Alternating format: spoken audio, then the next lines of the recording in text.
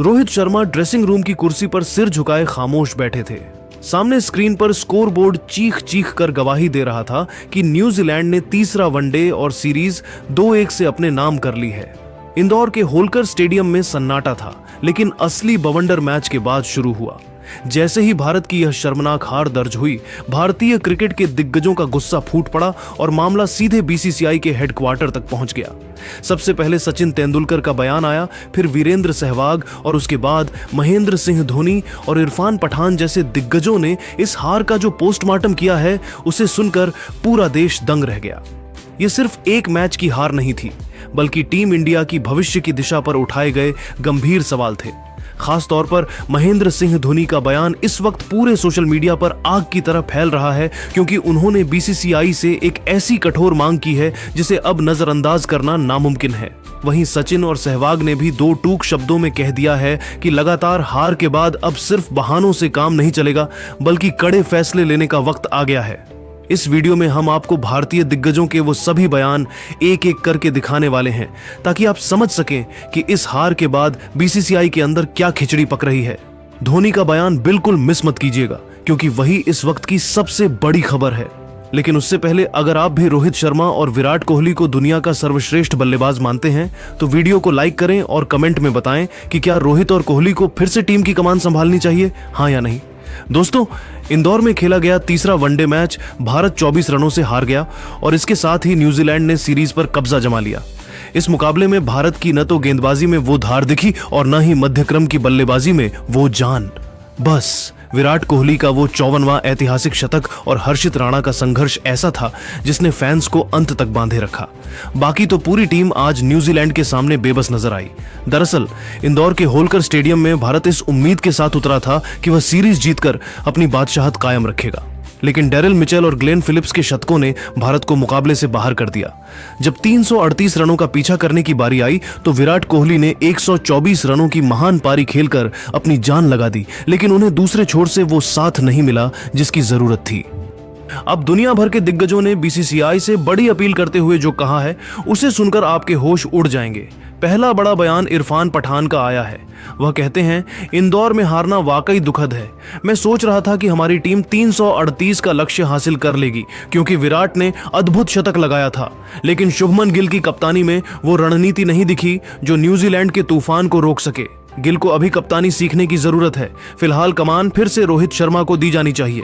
इसके बाद सुनील गावस्कर ने कड़ा रुख अपनाते हुए कहा, क्रिकेट में हार जीत चलती है, लेकिन निर्णायक मैच में कप्तानी में जो आलस दिखा वो हार की बड़ी वजह है। जब डेरिल मिचेल और फिलिप्स 200 रनों की साझेदारी कर रहे थे, तब कप्तान के पास कोई बैकअप प्लान नहीं था। रोहित शर्मा को फिर से फुल टाइम कप्तानी सौंपी जानी चाहिए, वरना हम वर्ल्ड कप में मुश्किल में होंगे। क्रिकेट के भगवान कहे जाने वाले सचिन तेंदुलकर ने भारत की इस शर्मनाक हार पर गहरी निराशा व्यक्त करते हुए टीम के वर्तमान ढांचे पर कड़े सवाल उठाए हैं। सचिन ने बहुत ही संजीदगी के साथ हार का विश्लेषण करते हुए कहा, यह देखना वाकई बहुत दुखद और चिंताजनक है कि विराट कोहली के बल्ले से निकले उस महान 54वें वनडे शतक के बाद भी हमारी टीम मुकाबला हार गई।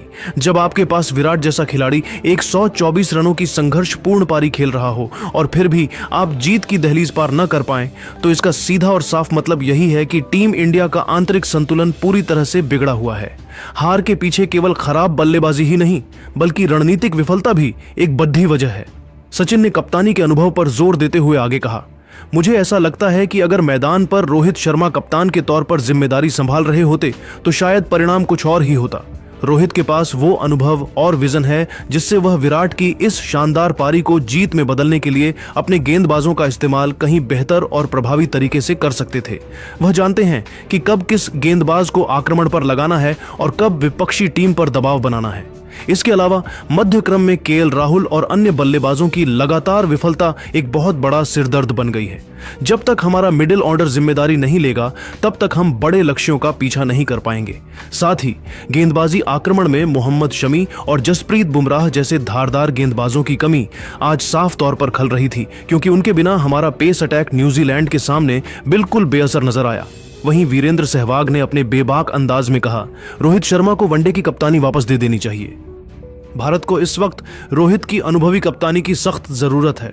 शुभमन गिल भविष्य के कप्तान हो सकते हैं, लेकिन अभी उनके पास वो विजन नहीं है जो मैच को कंट्रोल कर सके। रोहित की कप्तानी में ही विराट और बाकी खिलाड़ी खुलकर खेल पाएंगे। अंत में महेंद्र सिंह धोनी ने जो कहा उसने सबको चौंका दिया। धोनी ने कहा, हार के कई तकनीकी कारण हो सकते हैं, लेकिन सबसे बड़ा कारण लीडरशिप की कमी है। जब न्यूजीलैंड के बल्लेबाज हावी हो रहे थे, तब मैदान पर कोई ऐसा खिलाड़ी नहीं दिखा जो गेंदबाजों के कान में जाकर उन्हें शांत कर सके। रोहित शर्मा अगर कप्तान होते तो वह मैच की नब्ज पहचान लेते। बीसीसीआई को अब युवाओं को मौका देने के साथ साथ कप्तानी के अनुभव पर भी ध्यान देना होगा, क्योंकि बड़े टूर्नामेंट सिर्फ टैलेंट से नहीं, कप्तानी के दिमाग से जीते जाते हैं। तो दोस्तों, क्या आप भी इन दिग्गजों की बातों से सहमत हैं? क्या शुभमन गिल को हटाकर रोहित शर्मा को फिर से कप्तान बनाना चाहिए? अपनी राय कमेंट में जरूर दें। गंभीर ने रोहित के खराब फॉर्म और मैच में उनके प्रदर्शन पर कड़ा प्रहार करते हुए कहा, रोहित, तुम टीम के सबसे अनुभवी खिलाड़ी हो, लेकिन तुम्हारी बल्लेबाजी में वो गंभीरता अब नजर नहीं आती। तुम बार बार एक ही तरह की गलती करके आउट हो रहे हो। बतौर सीनियर खिलाड़ी तुम्हें जिम्मेदारी लेनी चाहिए थी, लेकिन तुम शुरुआत में ही टीम को मझधार में छोड़कर चले गए। गंभीर ने इसके बाद रोहित शर्मा और पूरी टीम को जो चेतावनी दी, उसने सबके होश उड़ा दिए। गंभीर ने कड़े लहजे में कहा, रोहित, मेरी बात कान खोलकर सुन लो, और ये पूरी टीम के लिए भी है। अब नाम और रसूख के दिन खत्म हो गए हैं। अगर अगले मैचों में परफॉर्मेंस नहीं दिखी और तुमने खुद को साबित नहीं किया, तो मुझे कड़े फैसले लेने में 1 मिनट भी नहीं लगेगा। मैं तुम्हें वर्ल्ड कप की टीम से बाहर का रास्ता दिखा दूंगा। मुझे वो खिलाड़ी चाहिए जो मैदान पर जान लगा सके और मैच जिता सके। अगर तुम परफॉर्म नहीं करोगे तो बेंच पर बैठे युवाओं को मौका मिलेगा। टीम इंडिया किसी की जागीर नहीं है, यहां सिर्फ परफॉर्मेंस चलेगी। गौतम गंभीर के इस हिटलर वाले अंदाज ने ड्रेसिंग रूम के माहौल को पूरी तरह टॉक्सिक बना दिया है। खिलाड़ी एक दूसरे की शक्ल देख रहे थे और किसी की हिम्मत नहीं हुई कि गंभीर के सामने जुबान खोल सके। गंभीर ने साफ कर दिया है कि अब टीम में टफ लव, सख्त प्यार का दौर शुरू हो चुका है, और जो इस दबाव को नहीं झेल पाएगा उसका बोरिया बिस्तर बंधना तय है। तो दोस्तों, क्या आपको लगता है कि गौतम गंभीर का विराट कोहली के शतक के बावजूद उन्हें डांटना सही है? क्या रोहित शर्मा को वर्ल्ड कप से बाहर करने की धमकी देना जायज है? अपनी राय कमेंट बॉक्स में जरूर दें। जय हिंद। अपनी लेंथ के साथ जो चतुराई भरे प्रयोग किए, उसी ने अंत में मैच में बड़ा फर्क पैदा किया।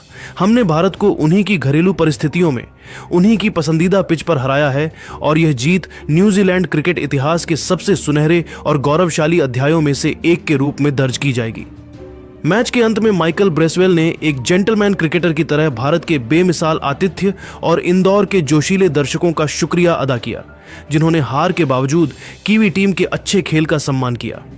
उन्होंने एक हल्की मुस्कान के साथ एक ऐसी बात कही जो भारतीय प्रशंसकों को थोड़ी चुभ सकती है, लेकिन वह खेल का सच था। ब्रेसवेल ने कहा, भले ही आज विराट कोहली ने एक अद्भुत शतक जड़ा और कई बड़े रिकॉर्ड्स अपने नाम किए, लेकिन दिन के अंत में चमचमाती ट्रॉफी लेकर हम अपने घर जा रहे हैं, और एक कप्तान के तौर पर मेरे लिए इससे बड़ी उपलब्धि कुछ और नहीं हो सकती। ब्रेसवेल का यह पूरा बयान यह स्पष्ट करता है कि वे भारतीय टीम की ताकत और विराट कोहली के कद का पूरा सम्मान करते हैं, लेकिन साथ ही वे इस ऐतिहासिक सीरीज जीत को न्यूजीलैंड क्रिकेट के लिए एक नया सवेरा और एक नए युग की शुरुआत मान रहे हैं, जहां उनकी टीम किसी भी बड़ी टीम को उसके घर में धूल चटाने का माद्दा रखती है। तो दोस्तों, क्या आप धोनी की इन कड़वी बातों से सहमत हैं? क्या वाकई भारतीय टीम न्यूजीलैंड के सामने आज पूरी तरह बेबस थी? अपनी राय नीचे कमेंट बॉक्स में जरूर दें, और क्रिकेट की हर बड़ी खबर के लिए चैनल को सब्सक्राइब करना ना भूलें। जय हिंद। इंग्लैंड 400 रनों का आंकड़ा पार कर लेगा, तभी कप्तान रोहित शर्मा ने गेंद युवा अर्शदीप सिंह के हाथों में थमाई। अर्शदीप ने अपनी चालाकी दिखाते हुए 130.6 किलोमीटर प्रति घंटे की रफ्तार से एक ऑफ कटर गेंद फेंकी, जो ऑफ स्टंप के काफी बाहर थी। खतरनाक दिख रहे ग्लेन फिलिप्स ने अपनी पूरी ताकत के साथ उस गेंद पर प्रहार करने की कोशिश की,